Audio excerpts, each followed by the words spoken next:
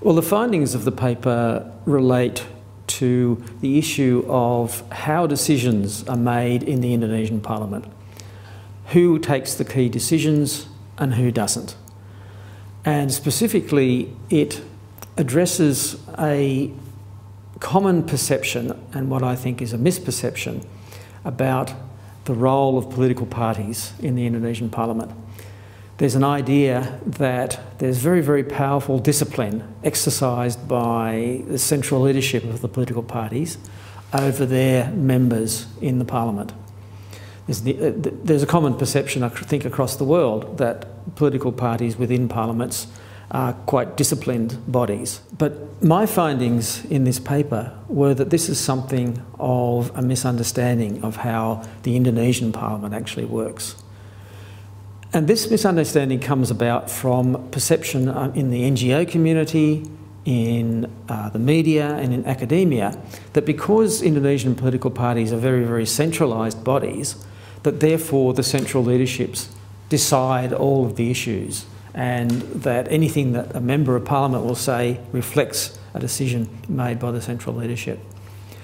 Now, that's certainly true when it comes to decisions about appointing senior officials or senior heads of state institutions like the Constitutional Court or the Audit Office and so forth, because the political party central leadership has a direct interest in that. But my findings show that when we're talking about the nitty-gritty of policy discussion, the details of legislation, for example, then largely there's a free-for-all. There's very little discipline exercised by the central party machines over their representatives in the parliament.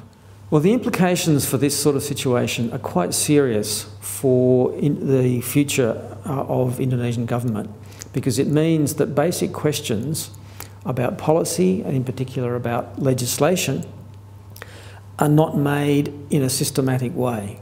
It has an effect on the quality of legislation, and it also has effects on the capacity of the public, that is outside interests, to have a role and have an input into developing legislation. Well, the question of how to reform the parliament relates to the issue of who is actually making the decisions currently and who should be making the decisions. Because as I've been saying, the role that political parties are generally expected to have in policy terms in a parliament is not being played by political parties. So the default position is that the committees within the Indonesian parliament are making all of these sorts of decisions. That a member from a particular party will be a member of, say, the Committee on Education.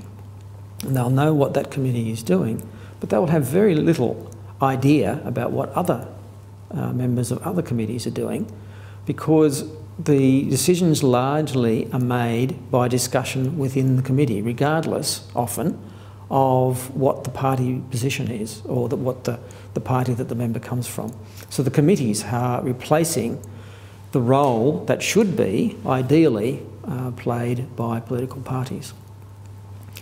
So there are two aspects to dealing with this problem.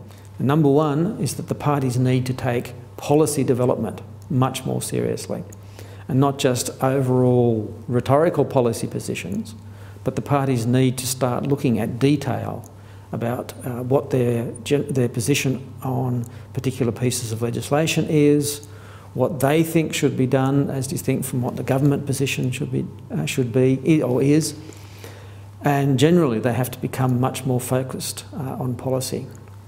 And secondly, they have to look at the procedures through which they coordinate between the party machine, the people who set the policy outside the parliament, and their representatives in the parliament. There has to be much more close communication. Again, as I said, not just about the big issues that get in the media, but about the nitty-gritty of legislation.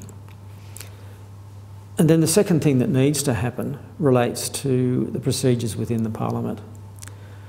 Because one thing that very often surprises people is when they actually discover how decisions are made in the Indonesian Parliament.